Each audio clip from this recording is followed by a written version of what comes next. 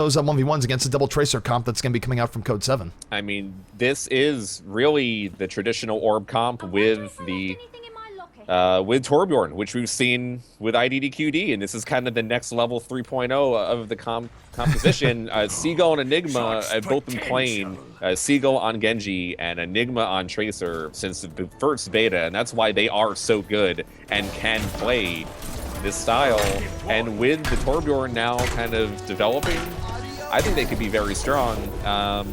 We were going to see Widow come out from Code7, but JKW switches to Torbjorn last second, and are we going to have Torbjorn on offense, which is now also all I know is that Aardvark might be paying off in this game. Take a look at Seagull first. Yeah, here spamming out as Shurikens. Enigma in the back. We see this very often, both defense and offense, where they have Seagull on one side, Enigma on the other side, and it's pretty effective because you focus on one, you get burned by the other.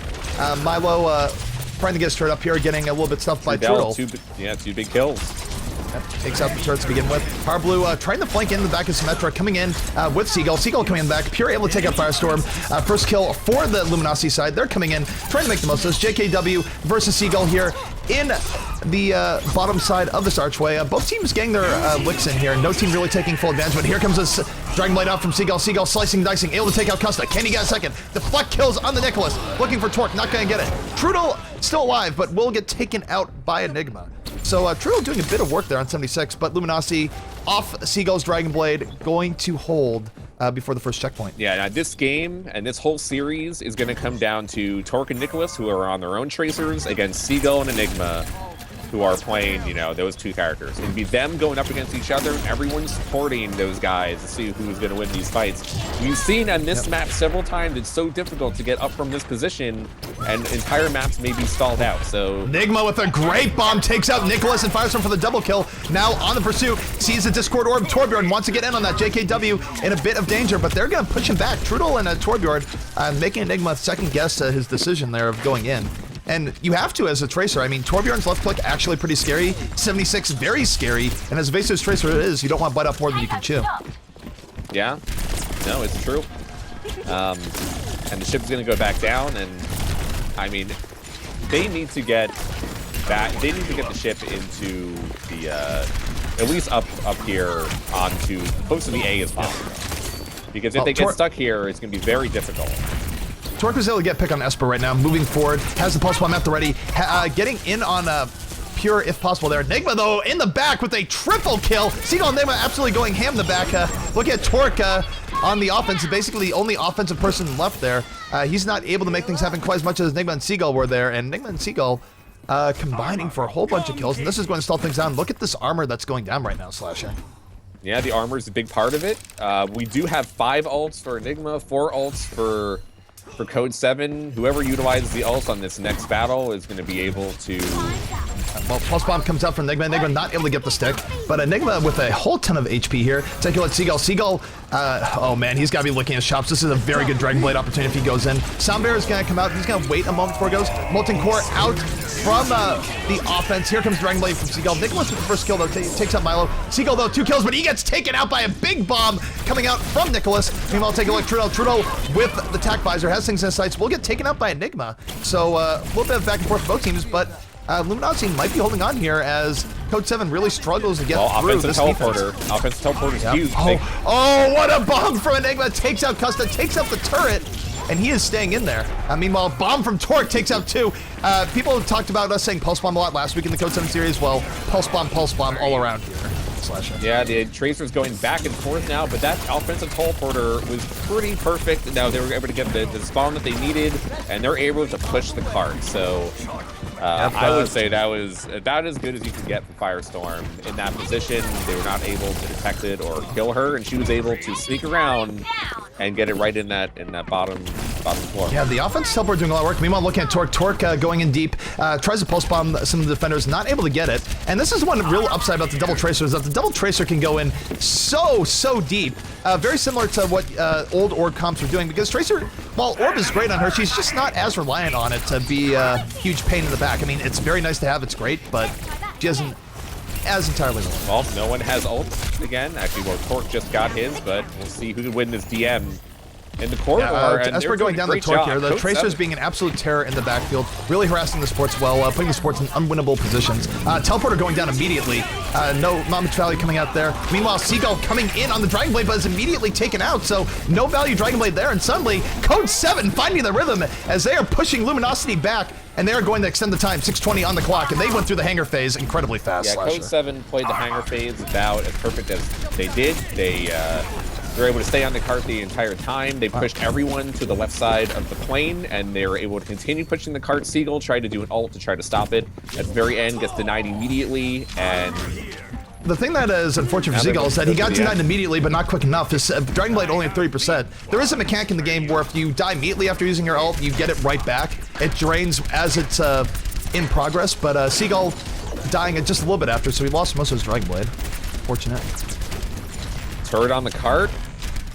Yeah, Code7 is totally set up here. They have the Tracers in the back harassing. Trudel has Tac Visor. They have Sound Barrier. They can blow all their ultimates here and actually make this a big turnabout for their offense. Multicore coming out for JKW. No, not even JKW. That was the defensive Torbjorn. Multicore coming out. Enigma taking out turrets and a teleporter, but no one actually dead for Code7 yet. Here comes the offensive Sound Barrier. They're moving in. Tac Visor is out, but Esper able to take out Trudel with a big headshot. That was a great play by Trudel. Meanwhile, taking a look here, Seagull dying immediately off the Dragon Blade.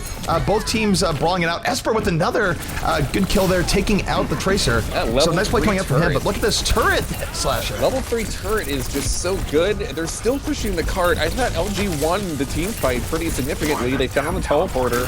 So level 3 turret still pushing the cart. They're gonna get everyone back to the point. They still have a chance to win this right now. Yeah, I do think Code7's gonna get pushed back a bit here, but shout out to Esper on that last play. I think he got like 2 big headshots off of Zenyatta onto the offense of Code7. I think that was a big part in them holding. So, take a look here. Definitely Luminosity weathering the storm there, if nothing else. I mean, the ultimate situation way more in their favor now than it was a moment ago, where Code7 had everything up, including the kitchen sink. So, we do have a pulse bomb for Nicholas, we have a Tac Visor back up, but they're gonna have to work a little bit harder at this, and they're not even guaranteed to get out of the hangar cleanly right now.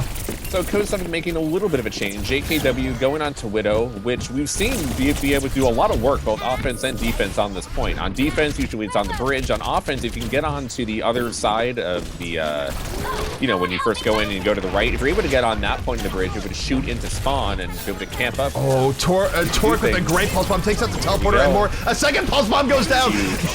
Big pulse bomb's going down. Will Seagull be able to turn inside? Hops a Dragon Blade. Sound Barrier is up for the offense. Seagull trying to slice and dice, not gonna happen. The pulse bombs have just opened up too much for Code7 here, and now they're threatening to end the game. They are swarming here. We see the defense of Luminosity trying to get in, not gonna happen. And Code7 off 2 huge pulse bombs opens the way and sets a decent time. I think maybe 6.5 minutes, 7 minutes on Gibraltar. It's not too shabby. Yeah, I thought that was a pretty good run. At the beginning of the game, I thought Enigma and Seagull both had a pretty good handle on the situation, especially at this, around here. They were able to stall out Code7 for a good 2 to 3 minutes. But then Torque and Nicholas turned it on.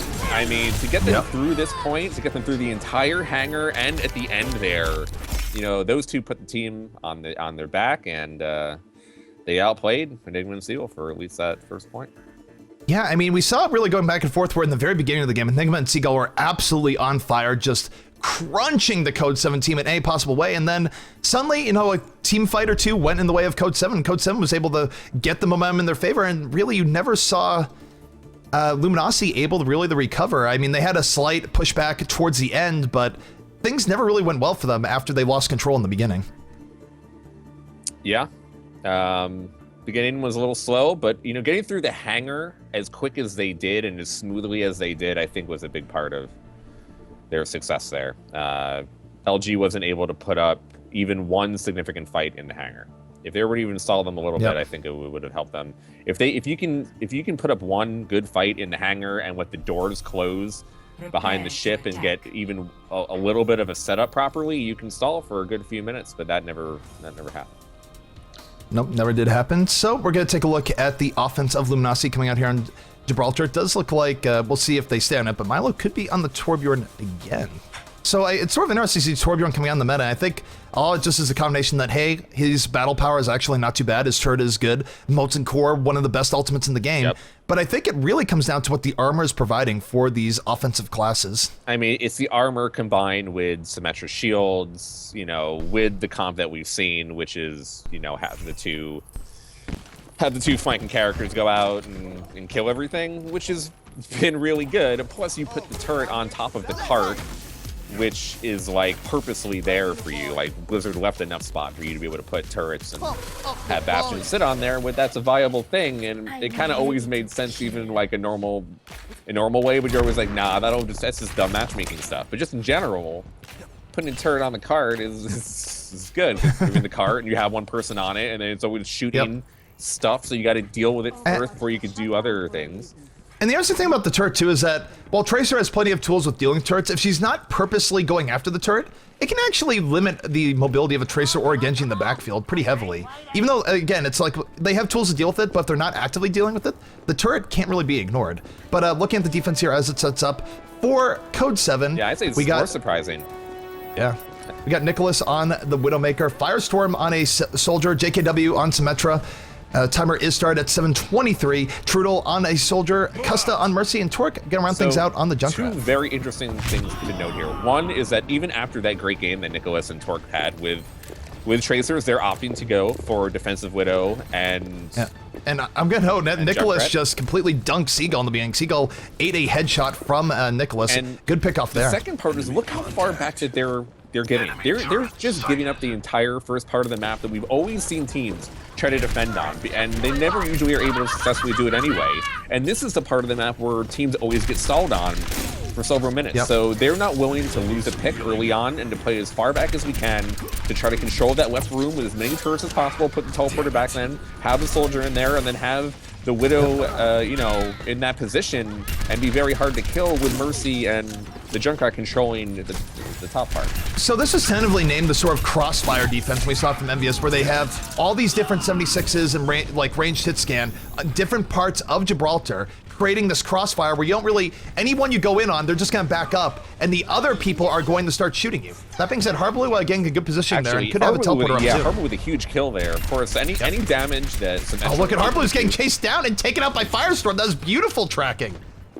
Yeah, that was nice. I mean, you want your Symmetra to do as much damage as possible, as quickly as she can, especially when you're on defense, so you can get the teleporter up on the first wave. Because if you don't have a Symmetra up, and she dies, and another character dies, there's a good chance first point might be captured, and you won't have teleport up until second wave, and you have to give it up. Well, right now, definitely Luminosity having some issues dealing with this crossfire defense coming out from Code7. They are trying to get in here. Firestorm able to take out Pure, so down goes Pure. One kill so far for the defense. JKW going to go down as well. Torque with the Junkrat spam, getting good value, takes out Milo. And more than anything else, just this poke and setup that they have here is really stalling out Luminosity. Luminosity seems to be a bit at a loss of how to go in on this so far. Well, Harblue has the offensive teleporter up, but as we mentioned before, huge kill. The tire takes out Seagull. Yeah, what a tire value is definitely there. That's one thing you can't deflect as a Genji. Now, as we talked about, Junkrat does have more success than most other characters in deflecting, you know, Tracer and Genji because of the amount of DPS that he does, the size of the grenades that he's shooting, and with his traps, he's able to just do a lot of damage. Really, I think Enigma is going to have to be able to go in this right area with the 200 health and with where JKW just put their teleporter. If they're not able to break Code7 on this right side with Firestorm, they're not going to be able to break this area because they'll never be able to get to the Widow, which has been able to snipe in that Nicholas has been sitting there with a Widow for maybe 3 minutes. I mean, he basically has a picnic basket up there. He is camped out, good to go, and he takes out Seagull. I'm not even sure how he took out Seagull. It looked like that was some sort of like gigantic lag comp shot because Seagull looked like he was underneath, but no, he got taken out.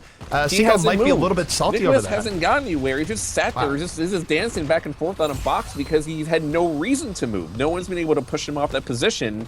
They either have to go and try to get this teleporter on the right house, or I think they're going to have to go through the kind of death trap below, which no one goes to down the stairs. Yeah, they go to death trap below. I mean, then they're going to really be running into the real big strengths of the crossfire defense that we see coming up here. Something here because. Yeah, I mean, there's oh my God, Torque takes out both Seagull and Enigma with Junkrat.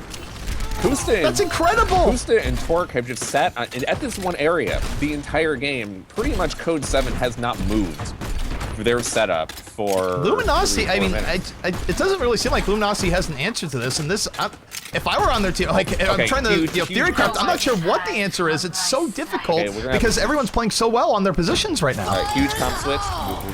We're thinking double Zarya. It seems like they're still talking about it and still trying to figure out what to do. Oh, hang on. We have a tire coming out. This might stall them out a little bit. Seagull has to run for his life, but no, he's going to get taken out by that tire. And that's just going to delay Luminosity even more. You know, this seems even more stumping because they went back to spawn. They had Enigma was on Zarya and Myla was on Zarya. And then Enigma's like, no, let's go back to McCree. And now they're changing. And LG. And meanwhile, time is being burned off the clock. They only have 3 minutes left to get through the rest of the map right now, Slash.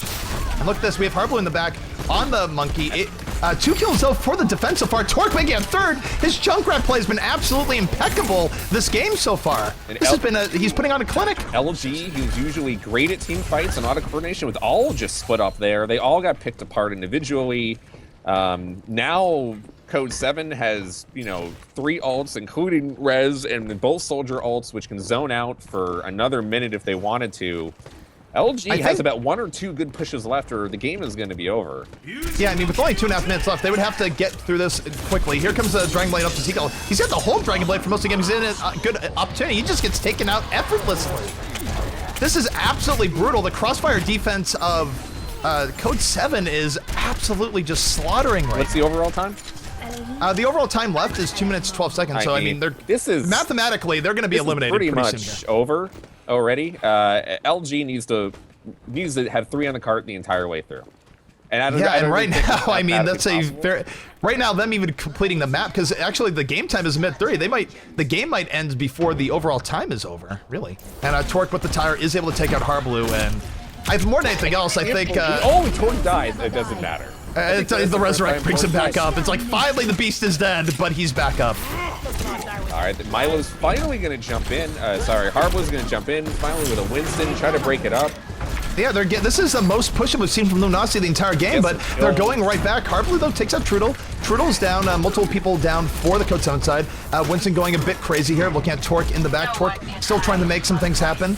We do have a recon visor coming out now from Nicholas. Enigma able to take out JKW, and this is finally, I think, what Luminosity needed. They're going to push through, but on the overall time, 1:15 left, it's still probably GG. I mean, Harblue's Winston jumping in was a good decision, but they needed to do that 3 to 4 minutes ago, and and Firestorm with a few extra pickup kills here, and this is almost certainly GG. There's less than a minute now, 58 seconds. I don't think it's possible. I mean, they're going to play. Everyone's going to play out. What a hole in Code7. That was. I mean, we saw MVS with the first use of that crossfire defense back in last week's North American Weekly, but we saw that was. I'm not sure if you want to call that an evolution or not. I think I would. I think that was actually more impressive how they held that there, and that's the second week in a row that Luminosity has been stifled by that sort of defense on Gibraltar. And I don't know. I mean, it's hard to break. It was really disciplined play, and we see an offensive sound barrier coming out from Luminosity, but 25 seconds left. It's just not going to be enough, and they're going to have to lick their wounds and look for a comeback on map number 2. Yeah. So Code7 going to go up 1-0. Maybe some of this is, because they have stand-in in Sweden with Pyro, not here, not having the full team together. But you really have to give it up to Code7 how they played. Nicholas and Torque was excellent on offense. I think they outplayed Enigma and Seagull, at least for the latter half on attack. And then on defense, that was a beautiful setup. They held there for 5 minutes. No one moved. Defense did not move positions. The defense, I mean, they just had, like I said, they didn't even move, and you brought up multiple times where Nicholas was just sitting there. I mean, he set up a picnic, eat your lunch, eat your dinner. I mean, he didn't have to move. No, and if you're gonna something has to happen. Either you have to force Widow out of position, or you have to force who's playing Junkrat? Torque, I think. Torque. Torque was on Junkrat for the beginning, and one of those two things has to be moved out of the way, because if you don't deal with either, then there's no way you're even getting past that point.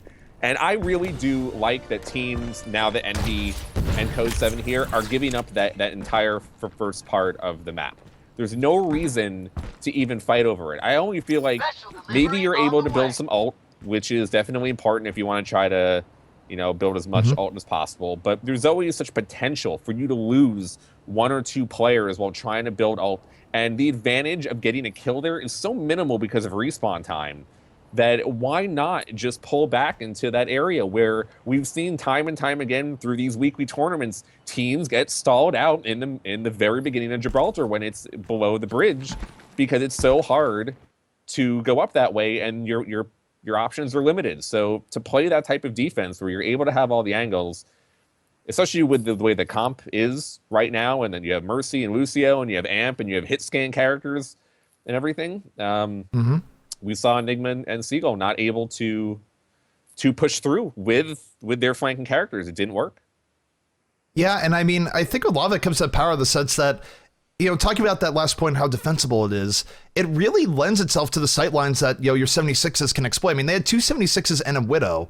And yes, Tracer and Genji have their ability to outplay people with their evasiveness. But the problem is that when you have 3 different sightlines coming from 3 different parts on there, then they all have good vision at that. Where do you attack from where you're not going to get hit from some different direction? I mean, yeah, those heroes are evasive, but they can only do so much, especially when you're getting hit from all different sides. And that's sort of, I think, what makes that defense so effective there. And yeah, I mean, it's good stuff coming out from Code7. Code7 arguably with an upset win on Gibraltar. But realistically, I mean, we came into this knowing that that was a possibility based on Code7's performance versus Envious last week. Yeah, no, I mean, we knew this is very possible it could happen, and Code7 showing they're a very solid team right now. Definitely. I do believe we had some extra donations in the break. Want to give some credit to people for that. Of course, we were partnered with Matcherino. That means you can donate for free using coupon code GGNA9 should any remain, or donate extra if you want to support the teams that are playing here in this tournament. So taking a look at that here, we have Toki Monster with the new top donation of the day saying pew pew pew, $25 from Toki Monster. Thank you very much, man. Whole bunch of extra $1 donation. Totemly Drunk with $6 saying, quote, pulling for that LG Cloud9 finals. Cloud9 needs to take this one bit of a rough patch since getting sponsored. I agree. Cloud9's definitely had a little bit of a rough time. I feel like there's almost a little bit of a curse, and we've seen it hit most of the teams here, where a team gets sponsored and suddenly their play drops at least a little bit. I'm not sure what goes on there, but it has seemed to be a thing. It happened to Envious a bit. It certainly happened to Cloud9 and arguably maybe a little bit to Luminosity. I don't know. It's just the sponsorship curse, as it were. But in any case, thank you very much for the donation, guys. Prize pool today up to $525 in part from all your efforts. So thank you. Do we know the score for the other semifinal? I do not have that right now. If you wanted to bring that up. Right now, worrying about getting back into the lobby. No, yes. It's one of those things where the lobby bugged out, got reinvite. But honestly, in terms of lobby bugs out, those things have gotten way better with time. Straight up, I mean, the beta client's gotten less and less buggy as time has gone on. And not that it was ever truly buggy to begin with, but the few bugs that are there have been getting squashed one after another. So it's up to Blizzard for that. Yes, so we're getting in. It is getting better. Looks like our second map going to be Dorado. Dorado, all right, classic map. Both teams have a lot of practice on here. I wonder if LG's plan this whole time was to do the comp that they ran on Dorado too, because I believe that it works very similarly in the same way, and I think they've run it also in very, very similar manner.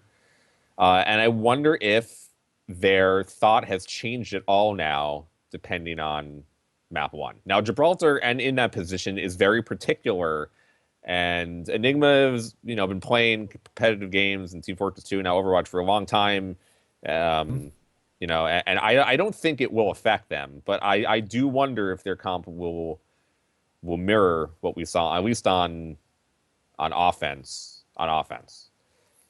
Yeah, I mean, it's possible. The one thing we have yet to see out of Luminosity, I think it's just because of what their players are comfortable on. We haven't ever seen them on Double Tracer that I can remember. I mean, maybe it's happened from time to time, but even if they do run it, it's not something they like running too often. So even though Code7 has been having success with those comps, I'm not sure we would see it from Seagull doesn't really play Tracer. Seagull's been playing Genji, for a very long, Genji and Soldier a lot for a long time. And then Enigma is the one that plays McCree and Tracer, and so I don't think we will see double Tracer. If anything, I think we'll continue to see Genji Tracer if they're gonna be running that style. Yeah, I will be curious to see if there is any switch up here, you know, as you're mentioning. I mean, often, it's one of those things where, yes, teams do adapt to mid-series, but oftentimes, too, if you've scrimmed a certain way on a map and you have what you're going to run, oftentimes switching up mid-series can be detrimental as well, so, you know, sometimes you just want to go in and play your game plan, but if they get run into a similar style of brick wall that they ran into on Gibraltar, they'll definitely have to change something up, and quickly. So, waiting for both teams to ready up right now. Do we looks know like who's on offense or defense? right now, it looks like it's going to be Code7 on the offense first, unless something has changed. We do have one AFK on the Luminosity side, so we're going to have to wait for that. But, yeah. Interesting stuff, too, between teams where some teams really like attacking first, some like defending first, and many don't care. It's sort of... It's one of those things where you can make your arguments either way for whether it's better to attack or defend first, I suppose. Are you expecting turret on the card again? I'm kind of expecting turret on the card again for both teams. Very well could be a thing. It comes down to the fact, too, where I think it's a combination that Torbjorn on the cart isn't too bad, but the armor also just absolutely great, especially with that synergy with Symmetra shields. Because for those who don't know, the way it works right now is that when you have both Symmetra shields and armor, the shields always are taken up first. Armor doesn't regenerate, shields do. So any glancing damage won't hurt your armor, but... you know, say for example, you do take the big hit, the armor will be there, the shields and armor will both protect you and let you live in a situation where you might otherwise die, and that's a big deal, especially when it's on a Tracer or Genji or I mean, it something makes, like that. you know, most of DPS characters 325 health, and then it makes Tracer, you know, what is it, 275? Yep. And they become, and you know, when you get to that point, you need to hit, it's not just like, you need to hit like 3 direct fire rockets or 3 direct Junkrat nades, and then additional damage, or even like, you know, 2 headshot Widow. You need 2 Widow headshots, or like 3 body shots. And when you get to that type of health, plus your support characters, which are going to be Mercy and Lucio, you get to like never die mode. If you know, their Torbjorn can really get going and really stay alive for the most part and get as many armor packs as possible and always spread them all to all 6 characters. It's a lot of health. And one thing to note too, especially in Tracer v Tracer, is that armor does have a special, you might be going, well, what's armor? How's it different from health or shields? Armor, its special benefit is that it reduces 5 damage from every hit you take. So you get hit by a Pharaoh rocket, armor is really no different from normal health, really. Just the -5 damage on the rocket. But if you're up against a Tracer who, you know, dumps a clip very, very rapidly, but each hit is relatively small, armor really helps against Tracer damage. So Tracer v Tracer, one Tracer has armor, the other doesn't. The armored Tracer is just going to win with ease. So we're getting in. It's going to be map 2 Dorado. Code7 striking first blood against Luminosity. We're going to see if Luminosity can bring this back and force a map number 3.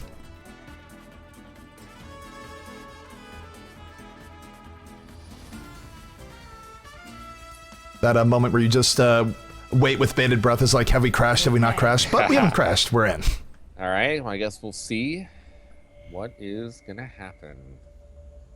I don't take any of the picks before the 60-second mode as real, and even after that, it's still not real to me. Well, defense is real because defense they have to move out, so it's a little more real. Yeah, we're gonna see the triple Lucio into Symmetra boost so that she can get all 6 shields out before time clicks down. That's so she can get all 6 sorry, not shields, all 6 turrets. She can get all 6 turrets down and have the cooldown, and if she gets triple Lucio boosted out, which is pretty neat thing to do.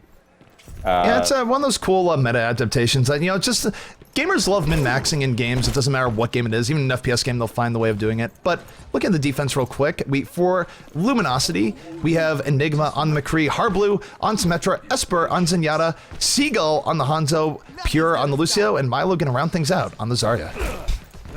And Code7, Kusta on Lucio, Nicholas also on Hanzo, Torque on Tracer, Firestorm on Symmetra, Trudell on Soldier, and JKW on Widow. I mean, the double... no, okay, so they're not going to go.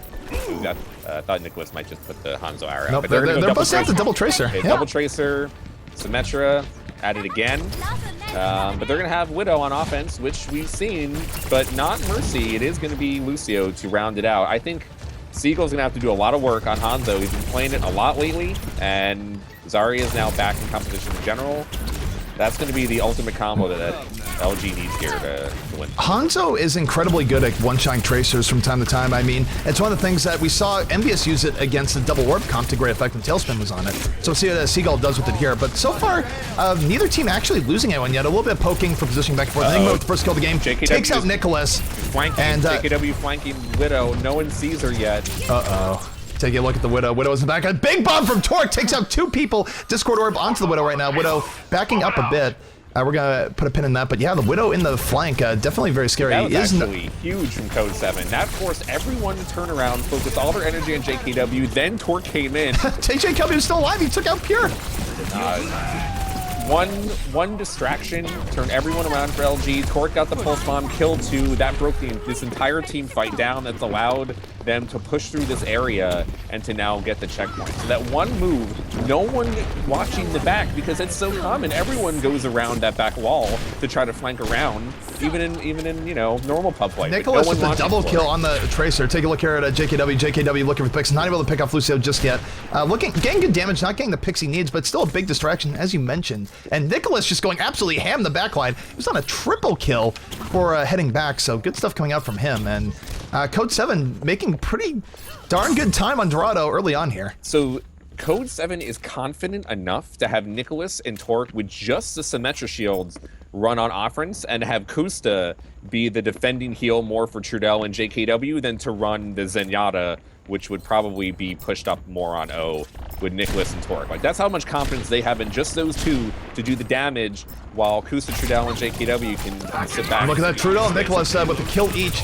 2 kills down on the Luminosity side. Luminosity getting pushed back. They have to be careful. 4v6. They don't want to change that even more here to a full wipe. Hardblue able to take out JKW, leaped on him in the back, so good play by Hardblue, but the moral of the story here right now is that the cart is still pushing up. Code7 is not stopping. And they need to make a stand right now or they're going to hit the checkpoint.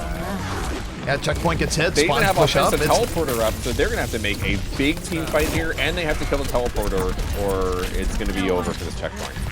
And take a look. JKW is able to pick up Enigma. Attack visor is down from Trudell. Trudell's been doing a whole ton on 76 so far in this game. So far, kill feed in favor of Code7. Seagull takes out Firestorm. Down he goes. Offensive teleport is still up. It's not down yet. The Winston's on it. Not able to kill it. His DPS on the teleport is actually pretty bad. But 3 kills for Luminosity as they move forward here. But I'm not sure they have this yet. There's still the offense is swarming. Both tracers are here. Winston's gonna get pushed out a bit. Kills here. Seagull's got to hit pretty much everything. Yeah. Uses the dragon. He's able to get another. So I think he's gonna defend. Now it's just Torque versus him on a huge res coming out, and LG will hold. LG still, it's looking more towards a hold, but wow, Code7 definitely that was close. Bring it to them and then some. I mean, they have been pushing the cart pretty much since the beginning of Dorado, since that first team fight. They were not stopped at all through this entire point. LG with a big team fight win right there to keep it here, and now they're gonna have to play, you know, good defense. Torque and Nicholas each have their bomb. Yeah, they pulse bomb, and we've seen huge pulse bombs in the first map and the first half of this game. So here we go. They've had very coordinated pulse bombs every time we've seen them. It's been really strong. Here comes pulse bomb number 1. Oh god, it's stuck on Esper. Esper's dead. That's one big pulse bomb pick. Now let's take a look at Torque. Torque coming in, still has his pulse bomb. Pulse bomb going to go down the cart, takes out Hardblue. The pulse bomb's doing a ton of work. 3 kills now for Code7. Luminosity from those pulse bombs that just opened the way. They're going to move forward. That was beauty from their tracers. I mean, Torque and Nicholas, gotta say they're playing great. The first game, the first half of this map, open it up in the beginning and make them through the first checkpoint, and then they secure them that second checkpoint easily. And now Luminosity is going to have to put up a good hold here, or the map is going to end immediately. Yeah, I mean, this is a case where the double tracers can really snowball kills. Kusta able to take out Hardblue as they move forward. That's a kill in favor of Code7. They get 1 or 2 more kills here. They could very well end the game. Trudell coming in with the attack visor. There's no real protection for them as he's shooting the attack visor, getting a lot of damage done. Everyone has to run for the hills. Defensive sound barrier comes up towards the end, helping out a bit. Seagull able to take out JKW, but Trudell and Torque laying down the damage. A kill for each of them as they move forward. Mercy Res is up. Will Luminosity be able to hold? Seagull landing some very good Hanzo kills here on a triple kill so far. Has the dragon, is going to get taken out, however, towards the end by Trudell, but I think Seagull might have done enough there to push that back. Good Hanzo play coming out from him. Luminosity with a solid hold. We will have most of the ults reset back down to 1 apiece. Seagull with his dragon, and Firestorm has, he has the offensive teleporter, which can be big on this map with a lot of places to put it before Luminosity can find it. So this is now going to be another big team fight right now. Yep. Oh, and look, they're pushing the cart because no one's watching. The Tracer is going to distract. That happens a lot. Also, Trudel able to take out Harblue there, so yeah, the cart's moving forward. You see that a lot where Tracer will just get behind the cart, act like they're not there, and Torque with the kill on Esper. That's 2 down for Luminosity. Enigma down a lot of trouble. Gonna get taken out as well. Down goes Seagull. This is a whole bunch of people down for Luminosity, and Code7 on the verge of finishing out Toronto with a pretty good time at that. This is danger time now for Luminosity. Yeah, Harbo goes down, and yeah, this map is gonna be over. That's a whole, the kill feed entirely red in favor of Code7, and now Luminosity, we're gonna get the exact time in a moment. I think it might have been under 7 minutes. We'll see.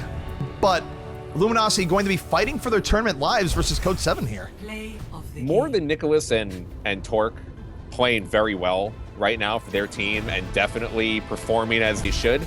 The amount of lurking kills, which opened up entire team fights, was shown on display in 3 points of the map. In the very beginning, JKW jumps over the ledge. It doesn't get an initial kill or anything, but forces the entire team to turn around. Then Torque gets his pulse bomb, kills 2. They win the first checkpoint. In the second, we saw as a play of the game, kills Mercy. That forces everyone to turn around again. They win that checkpoint. And at the very end, they have Luminosity has an entire defense set up. They just won the team fight. And then somehow Torque is able to just like get around, sit on the cart for a second, and moves the cart up. Everyone from Luminosity looks at him. And then JKW, I think, gets a 1 kill from Widow. They all come in, they rush him, they kill him, the game is over. 3 different times flanking has caused Luminosity's attention to be diverted, which has caused openings for team fights, which have caused, what we just saw. And they can't let that happen again, and they need to make that happen on offense right now. The troubling part, though, from the Luminosity side is that which threat do you pay attention to? You're looking at, the sniper, then the Tracer comes in and sticks you. You look at the Tracer, maybe you don't even get sniped, you get hit by the other Tracer. They have this multi-threat offense where the person that's being focused doesn't even matter too much. And, well, this is a weird graphical bug in the upper left. State, script, hero, select screen, and then whatever. So, anyways. Look, so we're not going to see LG run their Genji and Tracer. I almost think that's a mistake. I feel like LG might have been pushed into this position where they might have wanted to run this if that first map or the first half of this map, it hasn't been going this way. But they were deciding to go with characters maybe, a different type of style. They're going to have Seagull on Hanzo. They're going to have Harbu playing Pharah, and that's a character that he's played a whole lot, and go back into the Mercy type of setup. Now we're having double Zarya with Enigma also joining in, not playing the McCree, not playing a Widow, which he is very comfortable on, both those characters, and plays a lot on offense. They are going to go with the double Zarya, which we haven't seen for most of this time, and I thought we actually would have seen it more, and they need big plays out of pretty much everyone here to beat the time. 6 minutes is a tough time to beat. Looking at the defense now coming out from Code7, we got Custa on the Mercy, Nicholas on the Widow, Torque on McCree, Firestorm on Lucio, Trudel again repping the 76, and JKW on the Reinhardt. So 6 minutes of time to beat for Luminosity, and the thing is, double Lord comps could beat this for sure. I'm not sure if this comp is going to be able to fight through as quick as they need. We'll see. And on defense, we're having Torque and Nicholas, McCree and Widow, going for hit scan characters. This is... Yep. We've seen them do work on defense just on Gibraltar with that type of similar setup. So 6 minutes is the time. We're going to take a look at Nicholas here. If Nicholas is going to be able to get those picks. We saw him do a lot of work on Widow on his last offensive run. And again, a defensive Widow making its way into the meta. Harbo's coming from behind. I don't know if anyone's checking, though. And now they do, but they're able to push them off. So yeah, the Zarya shield on Pharah, very, very effective. It stops her from getting insta-sniped. One of the better combos with Pharah. Used to see a lot more when the shield was 3 seconds, but they've pushed them all the way back in the courtyard. A nice positioning early on from Luminosity. Some Luminosity, at least, having this go, but now, Code7 going to the default setup for the second point with Nicholas setting up Widow up on top, just trying to get snipes. We're going to have to see if Seagull can do some work here, get some picks of his own. Look at this from Harblue. Harblue coming in over the top. He has Widow in his sights. Nicholas doesn't know it. He doesn't see it. He's running away. Will he go down? He will go down. That was beauty from Harblue. Harblue coming in on the back now, and this could be exactly what Luminosity needs to break this courtyard. Seagull with a kill on Trudel.